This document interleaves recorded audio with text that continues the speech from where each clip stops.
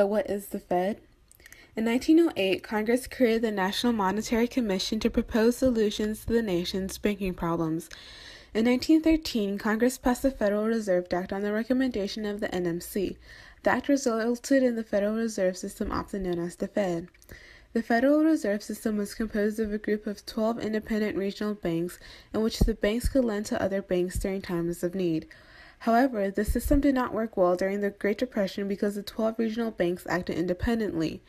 Through the Banking Act of 1935, Congress adjusted the Federal Reserve structure so the system can respond more effectively to future crises. These reforms created the current Federal Reserve System. The new Fed is more centralized, so the regional banks can act consistently with each other while still representing their own district's banking concerns. The Fed also includes the Federal Open Market Committee, also known as the FOMC. This is the policy-making branch of the Federal Reserve. The voting members of the FOMC are the 7 members of the Board of Governors. The FOMC makes the important decisions on interest rates and other monetary policies. This is the reason why they get most of the attention in the media. In addition, all national banks and some state-chartered banks are part of the Federal Reserve System. These banks are referred to as member banks. The Federal Reserve can use 3 tools to achieve its monetary policy goals.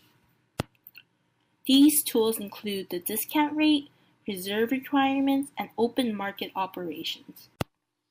The discount rate is the minimum interest rate set by the Federal Reserve for lending to other banks.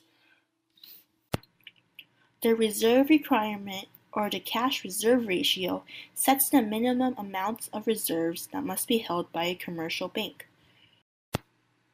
Open market operations are used to buy and sell government securities to change the supply of money. Examples of government securities include treasury bills, treasury bonds, and treasury notes. All 3 monetary policy tools affect the amount of funds in the banking system.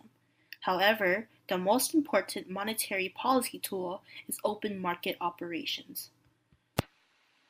Expansionary monetary policy increases the amount of money in circulation, using the 3 monetary policy tools to expand the economy. The 3 monetary policy tools can be used in these ways.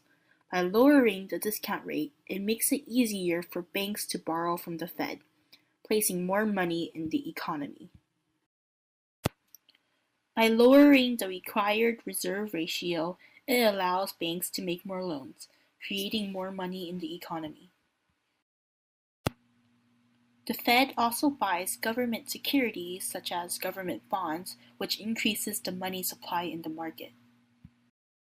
The Federal Reserve can also use these 3 tools as contractionary monetary policy tools. Contractionary monetary policy tools are used to reduce the amount of money in circulation.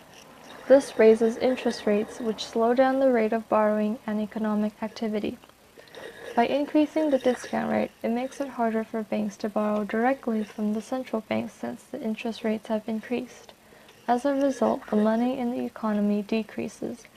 By raising reserve requirements, the amount of reserves commercial banks are required to hold rises. This does not allow for as many loans and decreases the amount of money in circulation.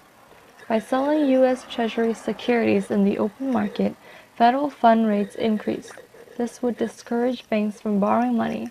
Since banks have less money, there is less money in circulation available for the economy.